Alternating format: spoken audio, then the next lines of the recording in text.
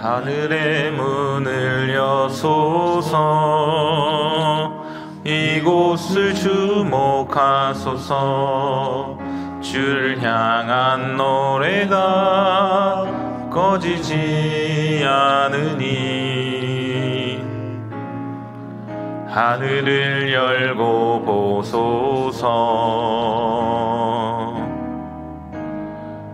이곳에 임재하소서. 주님을 기다립니다. 기도의 향기가 하늘에 닿으니 주여 임재하여 주소서. 이곳에 오셔서 이곳에 앉으소서. 이곳에서 드리는 예배를 받으소서. 주님의 이름이 주님의 이름만이 오직 주의 이름만 이곳에 있습니다.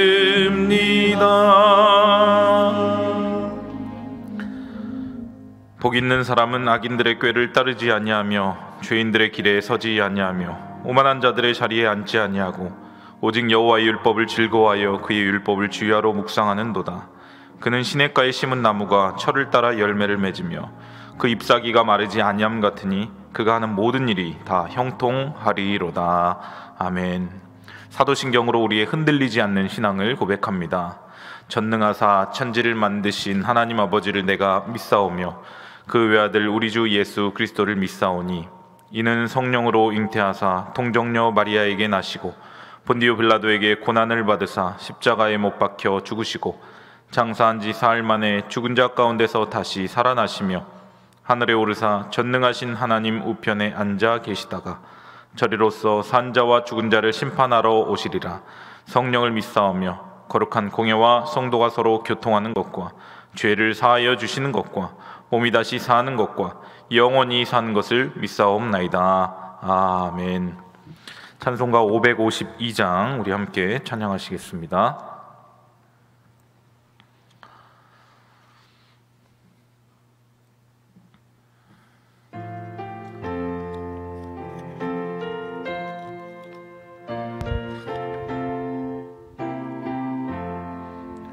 아침 해가 돋을 때 만물 신선하여라. 나도 세상 지낼 때 햇빛 되게 하소서. 주여 나를 도우사 세월호 송 안고서 어두운 세상 지낼 때 햇빛 되게 하소서. 새로운 광음을 보람 있게 보내고 주의 일을 행할 때 햇빛 되게 하소서.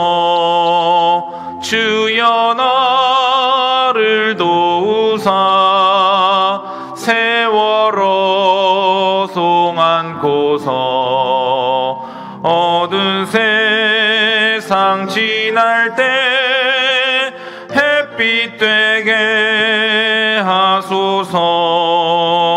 한 번 가며 나노는 빠른 광음 지날 때 귀한 시간 맞춰서 햇빛 되게 하소서.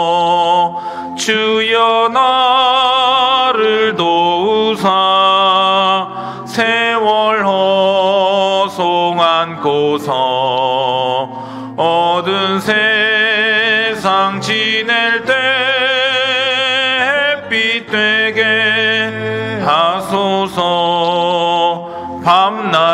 밤낮을 위하여 몸과 마음을 드리고 주의 사랑 나타내 햇빛 되게 하소서.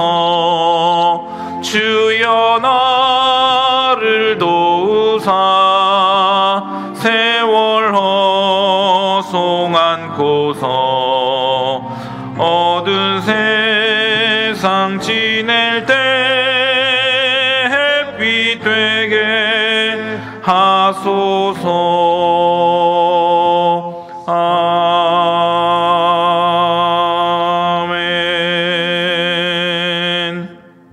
아멘. 오늘 하나님께서 우리에게 주신 말씀은 어제 큐티 본문인 베드로후서 3장 1절에서 9절까지의 말씀입니다. 베드로후서 3장 1절에서 9절까지의 말씀을 교독하시겠습니다. 사랑하는 자들아, 내가 이제 이 둘째 편지를 너희에게 쓰노니 이 두 편지로 너희의 진실한 마음을 일깨워 생각나게 하여 곧 거룩한 선지자들이 예언한 말씀과 주 되신 구주께서 너희의 사도들로 말미암아 명하신 것을 기억하게 하려 하노라. 먼저 이것을 알지니 말세에 조롱하는 자들이 와서 자기의 정욕을 따라 행하며 조롱하여 이르되 주께서 강림하신다는 약속이 어디 있느냐? 조상들이 잔후로부터 만물이 처음 창조될 때와 같이 그냥 있다 하니 이는 하늘이 옛적부터 있는 것과 땅이 물에서 나와 물로 성립된 것도 하나님의 말씀으로 된 것을 그들이 일부러 잊으려 함이로다. 이로 말미암아 그때 세상은 물이 넘침으로 멸망하였으되 이제 하늘과 땅은 그 동일한 말씀으로 불사르기 위하여 보호하신 바 되어 경건하지 아니한 사람들의 심판과 멸망의 날까지 보존하여 두신 것이니라. 사랑하는 자들아, 주께는 하루가 1000년 같고 1000년이 하루 같다는 이 한 가지를 잊지 말라. 함께요. 주의 약속은 어떤 이들이 더디다고 생각하는 것 같이 더딘 것이 아니라 오직 주께서는 너희를 대하여 오래 참으사 아무도 멸망하지 아니하고 다 회개하게 이르기를 원하시느니라. 아멘. 기도하시겠습니다. 좋으신 하나님 아버지, 2020년도의 마지막 아침 새벽 예배를 하나님 앞에 올리게 하여 주심을 감사합니다.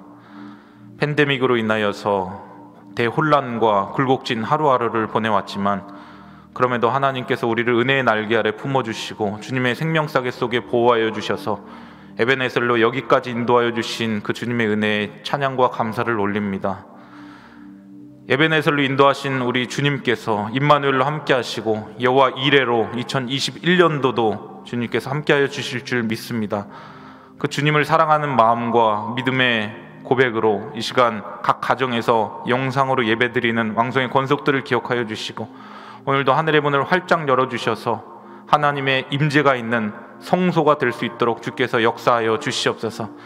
이 시간 주님의 말씀을 들을 때에 우리의 듣는 길을 열어주시고 우리의 그 말씀이 심령 깊숙한 곳에 잘 박힌 목과 같이 새겨져서 2020년도를 잘 마무리하고 2021년도를 힘차게 주님과 함께 믿음으로 달려나갈 수 있는 그 힘과 능력을 이 새벽에 공급하여 주시옵소서.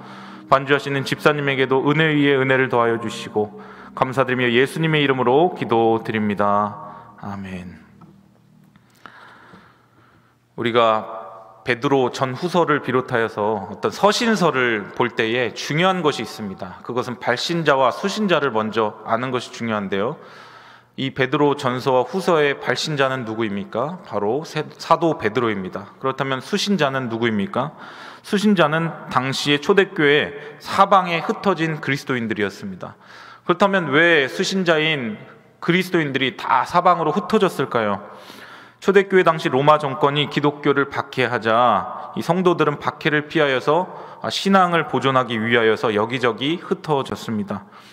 터키의 이 가파도키아라고 하는 곳에 가면 괴레메라고 하는 곳이 있습니다. 거기에는 당시 기독교인들이 박해를 피하여서 지하 땅굴을 판 그런 흔적들이 남아 있는데요. 무려 지하 15층까지 땅굴을 판 흔적이 아직도 남아 있습니다. 그 안에 교회도 있고 신학교도 있고 그렇게 이 신앙생활을 하면서 순교의 그 열정을 가지고 살았던 그 모습을 볼 수 있는데요. 이 초대교회 흩어진 성도들을 향하여서 사도 베드로는 무엇을 강조하고 있습니까? 인내하라, 시험을 참으라, 그리고 예수님께서 다시 오신다, 예수님의 재림을 너희들은 기다려야 한다, 끝까지 인내해야 한다, 라는 그 겉면의 메시지를 당시 초대교회 성도들에게 전했던 것입니다. 당시 성도들의 궁금증이 있었습니다. 의문이 있었습니다. 왜 하나님께서는 이 악인들을 심판하지 않으십니까? 우리가 이렇게 고통받으면서 신앙생활을 하는데 하나님께서는 왜 이 악인들을 심판하지 않고 왜 주님께서는 빨리 오지 않으십니까? 주님은 빨리 오신다고 했는데, 다시 오신다고 했는데 왜 이 힘들고 어려운 상황 가운데 주님은 다시 오시지 않습니까? 라고 하는 그 의문을 가지고 있었습니다. 이런 배경을 염두에 두고 오늘 말씀을 보시면 아마 잘 이해가 되실 것입니다. 1절 말씀을 함께 읽도록 하겠습니다. 시작. 사랑하는 자들아, 내가 이제 이 둘째 편지를 너희에게 쓰노니 이 두 편지로 너희의 진실한 마음을 일깨워 생각나게 하여. 베드로 이 후서를 지금 이 둘째 편지라고 말하고 있는데요, 이 편지를 쓴 이유에 대해서 사도 베드로가 분명하게 여기서 언급을 하고 있습니다. 이 편지를 쓴 이유는 너희의 진실한 마음을 일깨워 생각나게 하려고 이 편지를 썼다라고 이야기를 합니다. 자, 그렇다면 베드로가 말한 이 진실한 마음은 무엇을 뜻할까요? 진실한 마음, 가짜가 아닌 진실, 뭐 그런 뜻이 아니라 원어적으로 보면 나는 너희의 순수한 마음, 순전한 마음을 각성시키고자 한다라고 하는 뜻을 가지고 있습니다. 그러니까 세상에 뒤섞이지 않고 욕망에 뒤섞이지 않고 이 마지막 때에 순수하게, 순전하게 하나님의 말씀을 바라보는 그 마음을 너희들이 가졌으면 좋겠다. 그래서 이 편지를 쓴다. 지금 그 이야기를 하고 있는 것입니다. 사랑하는 성도 여러분, 우리의 신앙과 우리의 마음이 순수해지는 것이 굉장히 중요합니다. 우리가 어렸을 때는 참 순수했다가 세상의 물정을 경험하면서 경험이 쌓이면서 우리의 마음은 순수해지는 것이 아니라 오히려 이렇게 더러워집니다. 예를 들어서 밀가루가 처음에는 말랑말랑하다가 공기와 접촉을 하면 밀가루가 딱딱해지듯이 우리가 세상의 여러 가지 것들을 경험하다 보면 우리의 마음도 깨끗했던 마음도 이렇게 더러움이 생긴더라라는 것입니다. 우리가 신앙생활을 하면서 우리의 욕심과 생각을 내려놓고 순수하게 하나님을 바라보고 하나님을 사랑하고 그렇게 하나님의 말씀을 따르는 것이 중요합니다. 사리사욕을 채우는 수단으로 우리가 예수를 믿거나 진리를 대하는 것이 아니라 하나님을 순정하게 사랑하는 때묻지 않은 신앙을 가져야 한다라는 것입니다. 미국의 이민교회 같은 경우에는 이 순수하지 않은 마음으로 교회에 많이 이렇게 들어온다고 하죠. 다른 어떤 목적을 가지고 살기 위하여서 하나님을 믿는 그 믿음보다는, 어떤 신앙보다는 자신이 또 어떤 관계를 확장시키기 위하여서 어떤 뭐 사업을 더 이렇게 많은 사람들에게 풀기 위하여서 교회를 등록하는 사람들이 많이 있다고 합니다.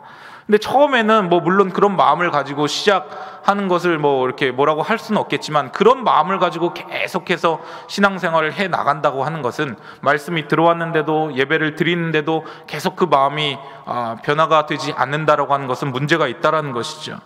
예수님께서도 말씀하셨습니다. 이 어린아이와 같지 않으면 결단코 천국에 들어가지 못한다. 그만큼 예수님도 신앙에 있어서 그 어린아이와 같은 순수한 마음을 강조하셨습니다. 우리가 정말 이 하나님에 대한 순전한 신앙을 가지고 있는가, 순수한 믿음, 그 마음을 가지고 있는가를 이 새벽에 점검해야 합니다. 이 한 해가 지나가기 전에 이 오늘 마지막 이 2020년도 이 새벽에 점검을 해야 한다는 것이죠. 자, 예를 들어서 결혼을 앞두고 있는데 상대방이 나를 순수한 마음으로 사랑해서 결혼하는 것이 아니었다라고 느꼈다면 어떤 기분이 들까요? 이 사람이 나와 결혼하는데 다른 목적과 이유가 있었구나를 상대방이 느꼈을 때 얼마나 실망이 크겠습니까? 그것처럼 불행한 일이 없을 것입니다.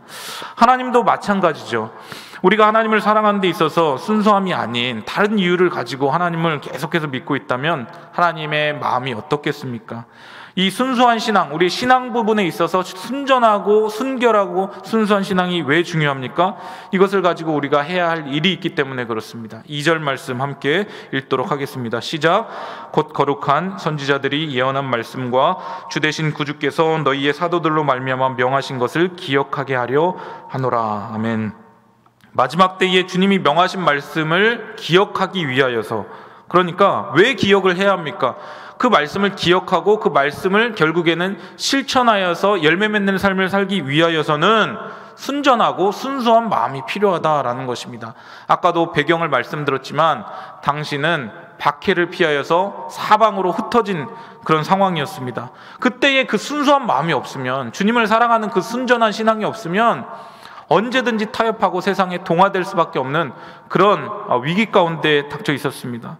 흔들림 없이 이 땅을 살아가기 위하여서는 순수한 신앙이 없으면 안 된다라는 것입니다. 그래야 이 땅에서 내 눈과 내 눈앞에 어려움과 고난이 있을 때 하나님의 말씀을 붙잡고 넉넉히 이기며 살아갈 수 있다라는 것입니다. 그런데 만약에 이 순전한 신앙이 없으면요, 보이는 세상이 현혹되고 사리사욕을 당장에 어떤 사리사욕을 채우는데 급급한 그런 모습으로 변질되게 됩니다. 세상의 가치 기준을 가지고 살아가는 사람에게는 당장에 유익이 되지 않는 말씀은 언제나 최선이 아니라 차선책으로 전락해 버리게 되는 것이죠. 우리가 예배를 드리면서 말씀을 읽으면서 기도를 하면서 늘 점검해 봐야 할 것이 바로 이것입니다. 내가 정말 순전하게 하나님을 사랑하고 있는가? 나는 정말 순수하게 하나님을 믿는 그 믿음 안에 거하고 있는가? 다시 오실 주님을 소망하면서 바라보고 있는가? 나의 전부로 정말 하나님의 말씀을 전부로 믿고 그렇게 살아가고 있는가? 이 새벽에 말씀을 통하여서 기대하는 바는 무엇입니까? 이 말씀을 대할 때 어떤 것을 소망하며 갈망하십니까? 내 마음을 오늘도 순전하게 하셔서, 진실하게 하셔서 이 땅에 보여지는 것에 내가 흔들리는 것이 아니라 정말 영광된 모습으로 다시 오실 주님을 내가 기대하고 바라보면서 이 땅의 어려움과 고난을 잘 이겨나갈 수 있는 우리가 되게 해달라고 오늘도 이 새벽에 기도해야 한다라는 것입니다. 베드로가 이 하나님의 말씀을 진리로 생각하고 삶 가운데 그 말씀 붙잡고 살아갈 것을 끊임없이 이 베드로 전후서를 통해 강조를 하는데요. 왜 이렇게 강조를 하는 것일까요? 그 이유는 교회 안에 하나님의 말씀을 조롱하는 자들이 스며들어와 있었기 때문에 그렇습니다. 3절 말씀을 함께 읽도록 하겠습니다. 시작. 먼저 이것을 알지니 말세에 조롱하는 자들이 와서 자기의 정욕을 따라 행하며 조롱하여. 여기서 말하는 조롱하는 이 자들이란 말세와 심판을 부인하고 조롱하는 거짓 교사들을 의미를 합니다. 조롱하는의 이 원어적인 의미가요, 아무렇게나 취급하다라는 뜻을 가지고 있습니다. 즉 초대교회 당시에 하나님의 말씀과 거룩함을 경멸하고 모독하는 거짓 교사들이 굉장히 많이 있었다라는 것입니다. 이들이 하나님을 부인하는 것은 아니었습니다. 하나님을 믿는다고 했지만 하나님의 뜻보다 세상의 어떤 정욕을 앞세웠고요, 세상의 쾌락을 앞세웠고요, 또 그것을 먼저 추구하며 살도록 그렇게 부추겼다라는 것이죠. 이런 자들의 특징이 있는데 첫 번째 특징은 3절 하반절에 나오는 것처럼 자신의 정욕을 따라 행한다라는 것입니다. 이 땅에서 잘 먹고 잘 사는 게 목표입니다. 하나님의 영광과 하나님의 나라를 위하여 살아가는 것이 아니라 어떻게 하면 더 잘 먹을 수 있을까? 어떻게 하면 잘 누릴 수 있을까? 그것을 추구하며 살도록 부추긴다라는 거예요. 우리는 하나님의 영광을 위하여 창조된 피조물이지 나 자신의 행복을 위하여 살아가는 존재들이 아니지 않습니까? 내 자신의 정욕이 기준이 된 인생은 반드시 역기능적인 결과를 만들어낼 수밖에 없습니다. 만약 우리의 신앙의 중심이 여전히 이 정욕이라면 세상에 하나님을 믿지 않는 그 불신자와 다를 바가 뭐가 있겠습니까? 이 두 번째 특징, 조롱하는 자들 두 번째 특징은 4절에 나옵니다. 4절 말씀 함께 읽도록 하겠습니다. 시작. 이르되 주께서 강림하신다는 약속이 어디 있느냐? 조상들이 잔 후로부터 만물이 처음 창조될 때와 같이 그냥 있다 하니. 즉 주님의 재림에 관한 약속의 말씀을 무시한다라는 것입니다. 주님 언제 다시 오시냐, 그런 것 없다. 주님 강림 약속은 예수님 승천 전에도 사실은 언급되었고 증인들도 있었고 당시에 사도들도 굳게 믿고 있었고 또 속사들로 인하여서 초대교회 모든 성도들에게 전파가 됐었고 초대교회 성도들도 그렇게 알고 있었습니다. 그런데 거짓 교사들이 와서 야, 지금 이렇게 힘들고 어려운데 뭘 주님을 기다려? 너 먹고 살 거 빨리 이렇게 살기 위하여서 그냥 빨리 몸부림쳐, 뭐 그런 것입니다. 주님 다시 오신다는 약속이 어디 있냐? 세상이 그대로 있을 뿐이지 멸망이라는 거 하는 것은 오지 않는다. 종말이라는 것은 오지 않으니까 너 정신 차려라, 뭐 그런 이야기를 한다라는 것입니다. 성경은 무엇을 이야기를 합니까? 줄곧 주님의 재림의 때를 향하여 이 세상이 달려나가고 있다라고 이야기를 합니다. 불교는 이 순환사관이죠.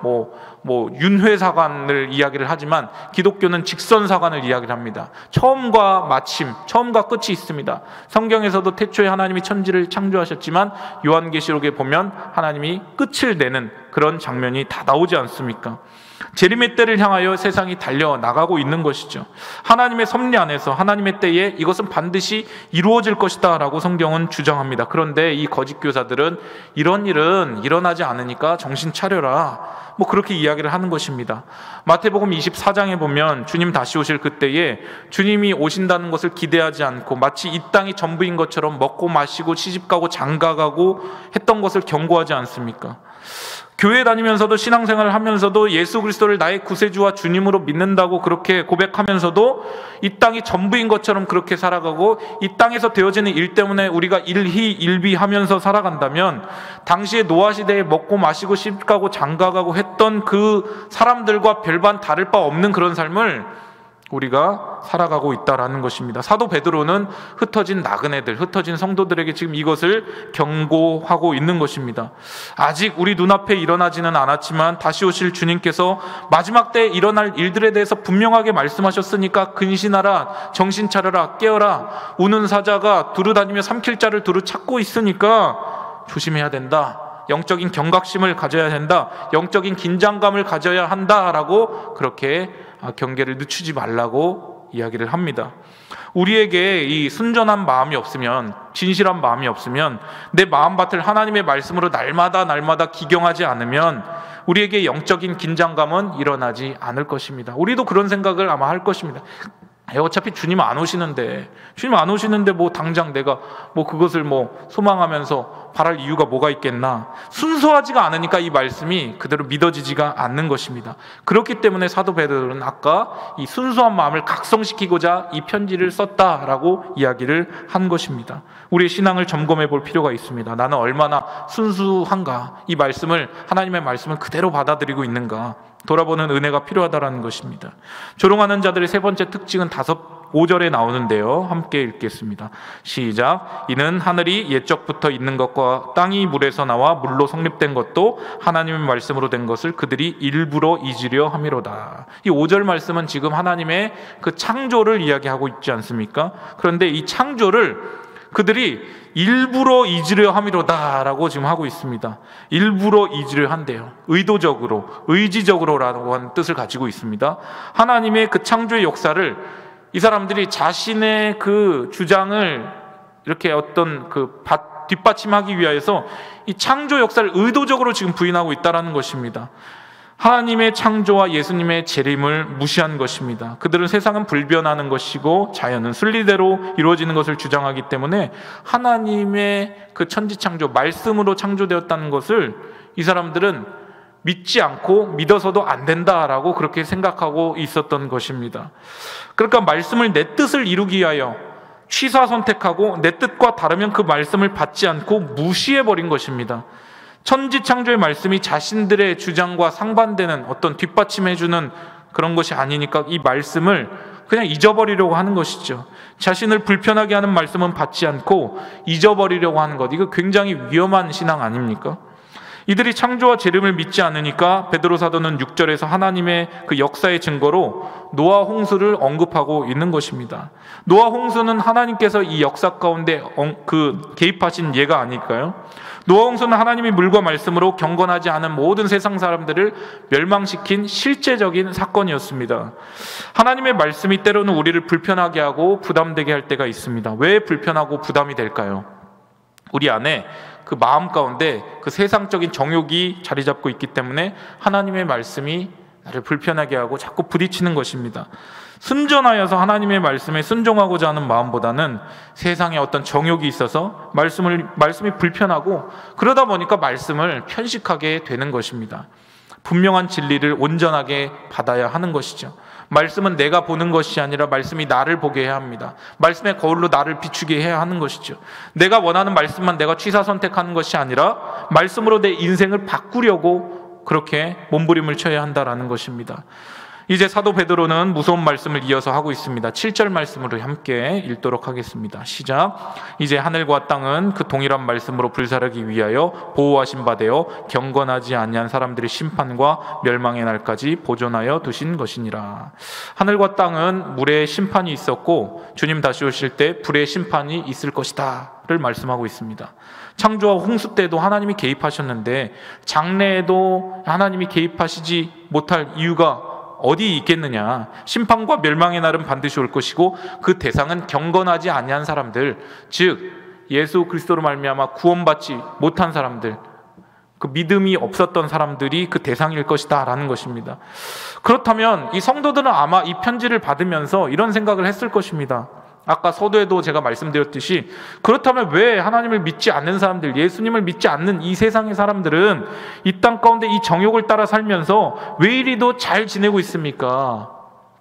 마치 구약 시대 하박국 선지자가 외쳤던 것 같은 그런 외침이 이 초대교회 당시 성도들에게도 있었던 것 같습니다. 거기에 대한 답이 7절 하반절에 나와 있지 않습니까? 이 사람들은 단지 심판과 멸망의 날까지 보존되어 있는 것뿐이다. 부러워할 필요가 없다. 그 이야기를 하고 있는 것입니다. 물로 심판하신 것처럼 하나님께서 이제 다시 심판을 하실 텐데 이 땅을 보존하고 계신 거야. 마치 도살장에 있는 가축이 잘 먹고 이렇게 주인이 잘 해준다고 그것이 정말 잘 지내고 있는 것입니까? 심판이 있잖아요. 다시 오실 주님의 심판이 있음에도 불구하고 이 땅을 주님과 상관없이 살아가고 있음에도 불구하고 잘 먹고 마치 나는 행복하게 살고 있어 라고 하는 것은 끝을 몰라서 그렇다라는 것입니다. 그 모습을 바라볼 때 우리가 어떤 마음을 가져야 합니까? 야, 대단하다, 부럽다, 나도 저렇게 되고 싶다. 그게 아니라 안타깝게 여겨야 한다라는 것이죠. 야, 불쌍하다. 저렇게 살다가 결국 끝인데, 멸망인데. 오히려 참 안타깝고 불쌍한 마음으로, 긍휼의 마음으로 어떻게 하면 그들을 살릴 수 있을까? 복음을 전해야 한다라는 것이죠. 주님의 재림 때 모든 것이 다 드러납니다. 결국에는 최종 승리자가 누구인지, 최종 패배자가 누구인지 분명하게 드러납니다. 하나님의 은혜로 예수 믿고 한평생 주님을 위해 살았던 우리는 영원한 새하늘과 새 땅에 들어가지만 주 믿지 않던 영혼들은 큰 소리 외쳐 울어도 그때는 건져질 방안이 없는 것입니다.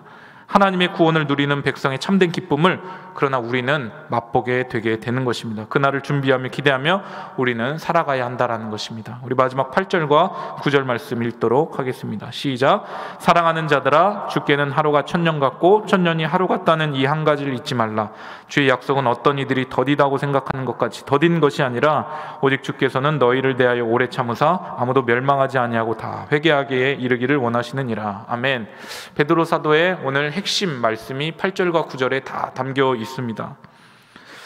성도들은 기다렸을 것입니다. 예수님 언제 오십니까? 언제 오십니까? 오신다고 했는데 왜 안 오십니까? 당시 예수님의 재림을 조롱하는 자들이 있었고 재림에 대한 조짐과 징조도 보이지 않는 상황 가운데 성도들이 혼란에 빠질 그런 위기에 처해 있었습니다. 그래서 베드로는 하나님의 시간 개념과 인간의 시간의 개념이 다름을 지금 시편 90편 4절 말씀을 인용하면서 언급을 합니다. 주께는 하루가 천년 같고 천년이 하루 같다. 우리에게 천년은 하나님이 보시기에 하루도 안 돼. 그러니까 하나님의 시간표와 우리의 시간표가 다르니까 그냥 묵묵하게 견디고 기다려라. 그렇다고 재림이 없는 것이 아니다. 주의 약속은 반드시 성취된다. 그 이야기를 하고 있습니다. 사도 베드로는 재림이 더딘 이유를 또 한 가지를 설명하고 있는데요. 하나님은 아무도 멸망하지 않고 회개하기에 이르기를 원하셔서 오래 참고 계시다. 만약에 이 말씀을 듣고 있는 성도님들의 가정 가운데 믿지 않는 가족 구성원들이 있다고 한번 생각해 보십시오. 그러면 주님이 빨리 오신다는 것이 나에게는 어떻게 보면 좋은 일이지만 그 가족 구성원, 믿지 않는 가족 구성원에게 있어서는 굉장히 불행한 일 아닙니까? 시간을 주신 이유가 무엇입니까? 아무도 멸망하지 않고 회개하게 이르기를 원하셔서 지금도 오래 참고 계시더라라는 것입니다. 그런데 하나님은 오래 참으시지만 영원히 참으시지는 않습니다. 주님의 재림의 때가 반드시 오는데 우리에게는 구원의 날이지만 믿지 않는 자들에게는 영원한 심판의 날, 돌이킬 수 없는 그 때가 되는 것입니다. 그래서 그렇다면 흩어진 나그네들, 지금도 이 땅 가운데 살면서 그리스도의 복음을 붙잡고 사는 우리들에게 주어지는 그 과제, 임무와 사명이 무엇입니까? 재림을 확신하면서 기다리는 성도는 부지런히 때를 얻든지 못 얻든지 그리스도의 십자가의 복음을 날마다 전하는 삶을 살아야 한다라는 것이죠. 그래서 성경에서는 때를 얻든지 못 얻든지 전파하라. 이 천국 복음이 모든 민족에게 증언되기 위하여 온 세상에 전파되리니 그제야 끝이 오리라. 마태복음 24장 14절 말씀처럼 이 천국 복음이 모든 민족에게 증언되는 때를 우리 주님은 기다리고 계시고, 모든 오대양득제주 만방 곳곳마다 그 복음이 다 들어가기를 우리 주님은 원하고 계십니다. 그것이 바로 우리 하나님 아버지의 마음입니다. 오늘 말씀의 결론을 맺겠습니다. 오늘 말씀을 기억하면서 이 말씀이 나에게 온전히 받아들여지기 위하여서는 나의 순수한 마음이 중요합니다. 순전한 마음. 하나님, 처음에는 말랑말랑했는데, 밀가루처럼 말랑말랑했는데 세상에 여러 가지 경험을 하다 보니까 내 마음이 많이 굳어졌습니다. 하나님의 말씀도 믿어지지 않는 부분도 있고, 취사 선택해야 해서 은혜 받을 부분만 은혜 받고 그렇지 않은 부분은 배척했습니다. 주여 용서하여 주시옵소서. 2021년도에는 하나님이 주시는 말씀을 그대로 아멘으로 다 받게 하여 주시고, 순전하고 순수한 신앙으로 주님을 기쁘시게 하는 자들 되게 하여 주시옵소서. 주변 상황 가운데 흔들리지 않고 정욕을 위한 삶을 사는 것이 아니라 주님 다시 오실 때를 준비하며 기다리며 복음을 증거하는 복음 전도자, 복음 증인의 삶을 살아갈 수 있게 해달라고 기도하시는 우리 성도님들 되시기를 주님의 이름으로 간절히 축원드립니다. 이 시간 우리 찬양하고 기도하도록 하겠습니다.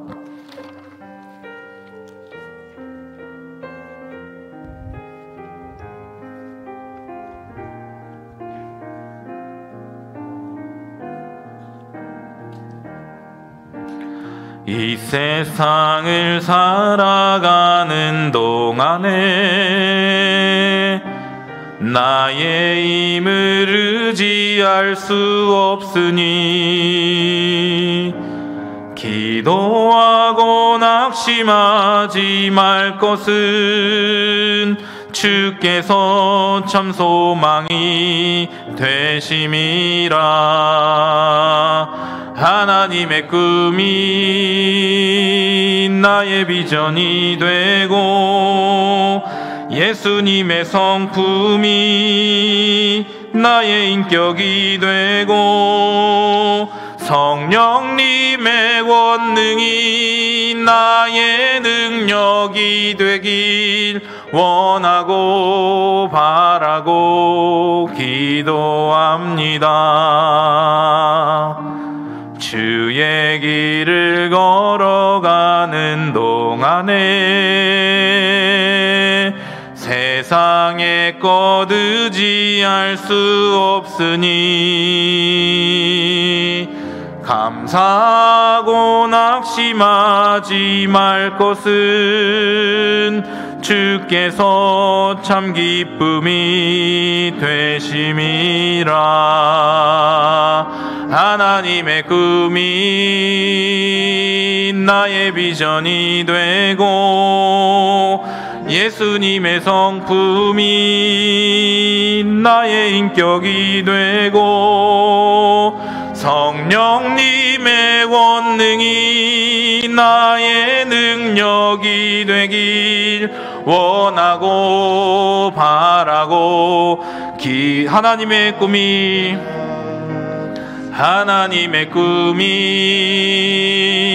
나의 비전이 되고 예수님의 성품이 나의 인격이 되고 성령님의 능력이 나의 능력이 되길 원하고 바라고 기도합니다. 우리 기도하기 전에 잠깐 광고의 말씀 드리겠습니다. 오늘 송구 영신 예배를 드립니다. 우리 현장에 나와 예배를 드리지 못하기 때문에 오늘 밤 10시에 왕성교회 유튜브 채널을 통해서 각 가정에서 내면의 정결함과 외면의 반듯함으로 신령과 진정의 예배를 드리시는 우리 성도님들 되시기를 부탁드립니다. 1월 1일 내일 새벽 예배는 송구 영신 예배로 대체를 합니다. 이 시간 기도하며 나아갈 때 오늘 주신 말씀을 기억하면서 하나님, 나에게 순전한 마음, 순수한 마음을 허락하여 주시옵소서. 이 마지막 때를 살아감에 있어서 우리의 마음이 순수하지 못하면 세상의 정욕에 우리가 흔들릴 수밖에 없습니다. 주님을 바라보는 신앙이 오늘 내 마음 가운데 다시 새겨 새겨지게 하여 주시고, 하나님 아버지, 이 세상을 살아갈 때에 하나님의 말씀을 붙잡고 100% 하나님의 말씀을 의지하면서 주님 다시 오실 때를 기다리면서 소망하고 바라면서 주님 알지 못하는 자들에게 복음을 증거하는 그러한 복음 증인의 삶을 살아가게 해달라고 기도해 주시고요. 우리 교회를 위하여 기도할 때 3대 비전의 성취를 위하여서 특별히 담임 목사님 송구 영신 예배와 또 신년 예배 등 여러 가지 말씀 사역, 말씀을 준비할 때 성령께서 깨닫는 지혜를 허락하여 주셔서 강단에서 흘러나오는 그 말씀이 심령수와 같이 촉촉하게 우리 성도들의 심령을 적시는 능력의 말씀이 될 수 있게 해달라고 기도해 주시고요. 원로 목사님 영령간의 강건함을 위하여 기도해 주시고요. 우리 교회 다음 세대를 위하여 믿음이 흔들리지 않는 세대들이 될 수 있게 해달라고, 끝까지 믿음의 길 잘 달려나갈 수 있는 우리 다음 세대들이 될 수 있게 해달라고 기도해 주시고요. 또한 우리 나라와 민족을 위하여 기도할 때에 백신과 치료제가 빨리 개발되게 하여 주시고, 코로나의 그 위협으로부터 안전하게 우리를 보호하여 주시도록 기도해 주시고요. 특별히 세계 선교에 나가 있는 선교사님들의 건강과 안전과 모든 사역을 주님께서 주장하여 주시도록, 또 북한을 위하여서 복음으로 통일될 수 있도록 우리 시간 각 가정에서도 두 손 높이 들고 주여 3번 부르짖고 자유롭게 기도하시겠습니다. 주여, 주여, 주여.